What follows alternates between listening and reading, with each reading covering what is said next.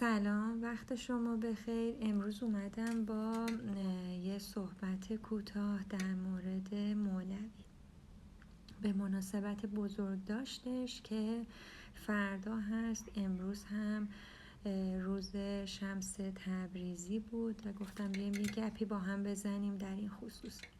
جلال الدین محمد بلخی زاده سال 604 هجری قمری در بلخ، خراسان قدیم و افغانستان امروزی و در گذشته در قونیه و یا ترکیه امروزی.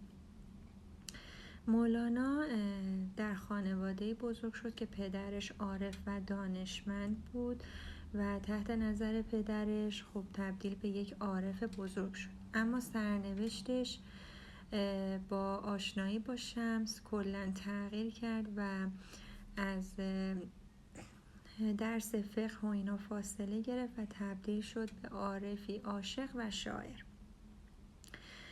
در کودکی از بلخ به همراه پدرش به نیشابور و چندی هم در شام گذروندن و بعد از اون به قونیه رفتن. هول و هوش سال 642 بود که با شمس تبریزی آشنا شد و 2 سال با هم بودن. بعد از 2 سال شمس به خاطر مخالفت‌ها از مولانا جدا شد و دیگه مولانا سیر و سلوک شمس رو دنبال کرد و کلاً تبدیل به یه انسانی شد که همچنان در جهان معروفه و تقریباً کتاباش به 50 زبان زنده دنیا ترجمه شده. کتاب‌های خیلی خوبی مثل مثنوی معنوی رو داره، فیه مافی، شمس تبریزی که اصلاً به خاطر عشق به خدا و شمس گفته و یک سری هم مکاتبات داره که داستان‌هایی هست که مولوی روایت کرده. مولوی همه چیز رو توی عشق میدید و در نهایت میگفت که سیر و سلوک انسان به سمت خداه و ماها هممون به نوعی اگر در خودمون جستجو کنیم به خدا میرسیم. و شعرهای خیلی معروفی هم در این زمینه داره که معتقده که ما از خدا جدا شدیم و مثل نی هستیم که همچنان صدای ناله و سوزمون میاد تا اینکه بتونیم به اون اصل خودمون برگردیم. یکی از شعرهایی که حالا دهه ما خیلی باهاش آشناست و تو کتاب درسیمون بود، بشنو از نی چون حکایت میکند، از جدایی ها شکایت میکند، از نیستان تا مرا ببریده اند، از نفیرم مرد و زن نالیده اند. سینه خواهم شرح از فراق، تا بگویم شرح درد اشتیاق.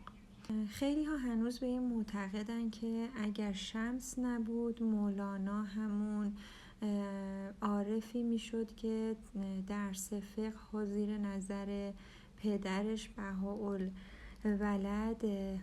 ادامه میداد و اگر مولانا نبود هیچ وقت هیچ کس شخصیت شمس رو نمیشناخت. شمس در جوانی یک شخصیتی بود که مدام از این شهر به اون شهر میرفت، کمی تندخو و جذاب بود به طوری که افراد رو تحت تاثیر خودش قرار میداد و به این واسطه همراه مولانا شد و سیر زندگی مولانا رو به طور کامل تغییر داد و در نهایت هم مفقود شد و بعضی ها معتقدن که در خوی دفن شده ولی جاش مشخص نیست به طور دقیق. و اینکه مولانا در خصوص اینکه انسان هر آنچه که میخواد رو باید در خودش جستجو کنه تا بتونه به خدا برسه و لازم نیست دنبال خدا این ور اون ور بگرده، یک شعر داره که میگه که بیرون ز تو نیست هر آنچه در عالم هست، در خود به طلب هر آنچه خواهی که تویی.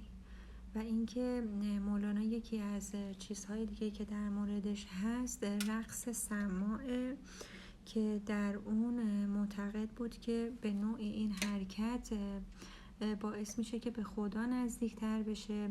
همچنان هم یک سری از درویشان کار رو انجام میدن که معتقدن که بیشتر به خدا نزدیک میشن. مولانا همچنان چه در اروپا و بسیاری از کشورهای جهان فردی است که زبانش از قرن 6 هجری تا الان ساده، عارفانه، عاشقانه ادامه داره و من احساس کردم که میتونیم کمی در موردش با هم صحبت کنیم.